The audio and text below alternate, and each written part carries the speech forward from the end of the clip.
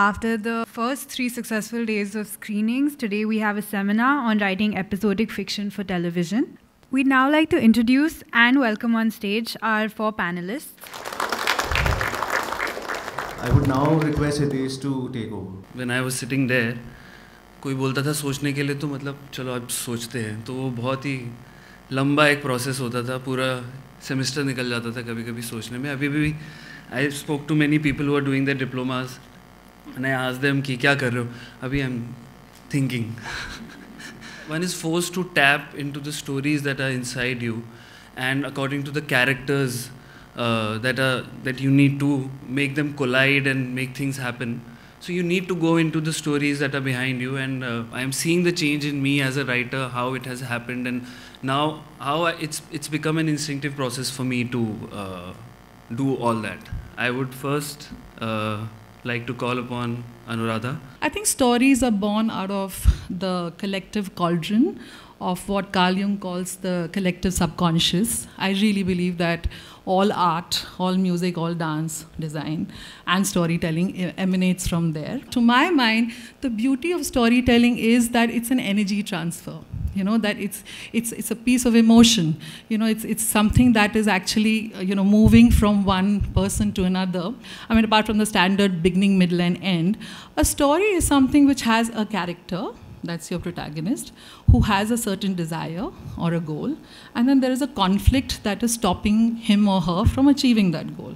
And that's really through which you've achieved a story. This is the most basic, simple sort of way of defining it. In fact, while on conflicts and villains, I think it's also very interesting that we give a lot of respect to our villains, because when you look at Ravan, he's a very erudite fellow, he was a Pandit himself. And, it took a lot to really, destroy him, or various others. So the point I'm really making is that our heroes are larger than life.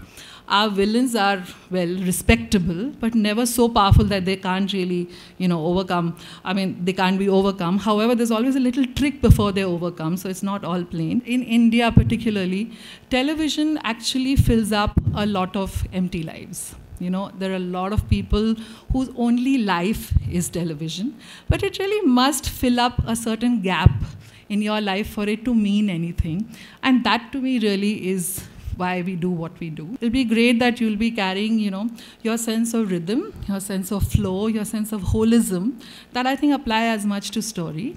And that you will be, coming up with something a lot more truthful that will still fill up empty lives, because that's all that is really required in storytelling. Taking from what Anuradha just said about a certain grammar that develops or comes in, many people follow that. Like a freeze. Freeze is something when an episode ends, and it's always on a hook. A hook which creates an anticipation so that the viewer comes back. Defreeze is when we open the episode and we take it from where the freeze left it, the hook, and we resolve the hook. So it's a very small part of that whole thing. It might not be a larger story event, but it is an episodic event kind of a thing. Even though there are certain things which are already in practice as grammar, but there is no one is stopping anyone to create a new grammar. And I think people are doing that, who want to do that, they are doing that, and there are certain people who are okay to follow a certain grammar. So both are working fine in their own space. I won't speak much. I'll ask now Shailaja to take it from here. For me, the audience is the most important thing, and that is what I believe that storytelling has been from time immemorial. We give a lot of emphasis on the creative person, the writer, and हाँ, उसको emphasis मिलनी भी चाहिए. लेकिन ये एक बहुत brass tax की बात अगर करी जाए, तो ये एक कैपिटल इंटेंसिव मीडियम है, जहाँ आप सिर्फ अपने शौक़ से नहीं लिख सकते या नहीं क्रिएट कर सकते. आपको ये देखना है कि सुनना कौन चाहता है. Do you have the talent to understand what your audience wants and why?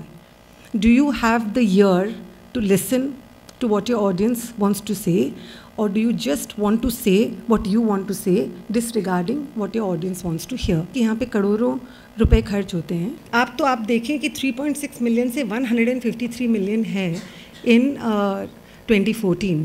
Okay, so you can imagine the penetration of total television.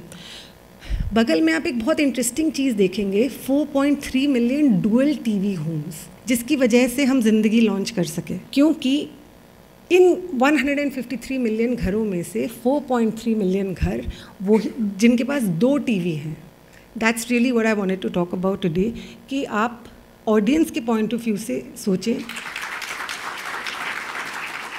कई बार क्या मोस्टली ऐसे कैरेक्टर्स बना देते हैं जो बहुत बड़े हो जाते हैं, मतलब आपकी राइटिंग से भी बड़े हो जाते हैं, and people start loving them so much that they don't want to see anything else. But how do you create characters like that? And I think Ghazala can really throw some light on it. So one of the chief component of character engagement is that character should be very identifiable.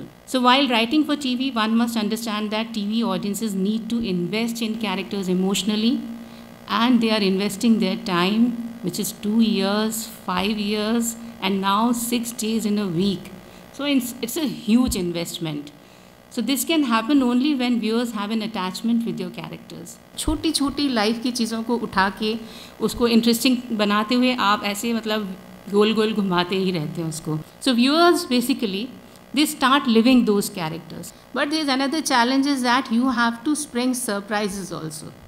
क्योंकि जो expect कर रहे हैं वही हो गया तो क्या हुआ, फिर तो कुछ मज़ा नहीं आया. And episodic nature story telling demands a return to the narrative status quo, but the desire for stable characters whose traits and personalities are consistent has been a major draw for serial storytelling.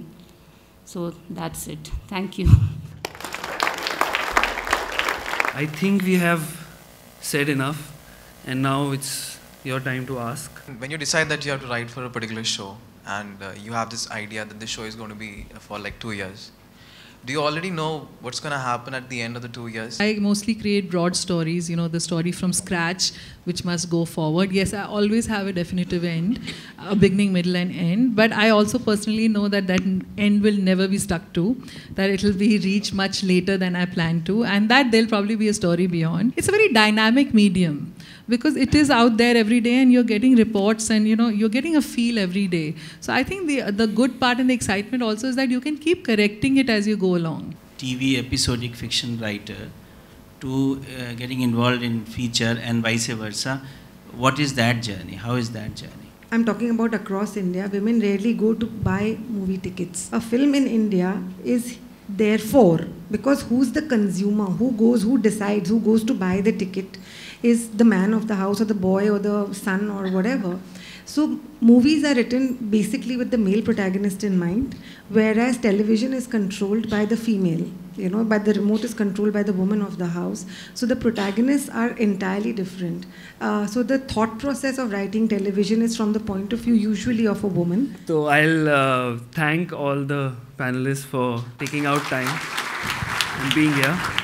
And yeah, with this we close Alpaviram 2014. See you in 2016.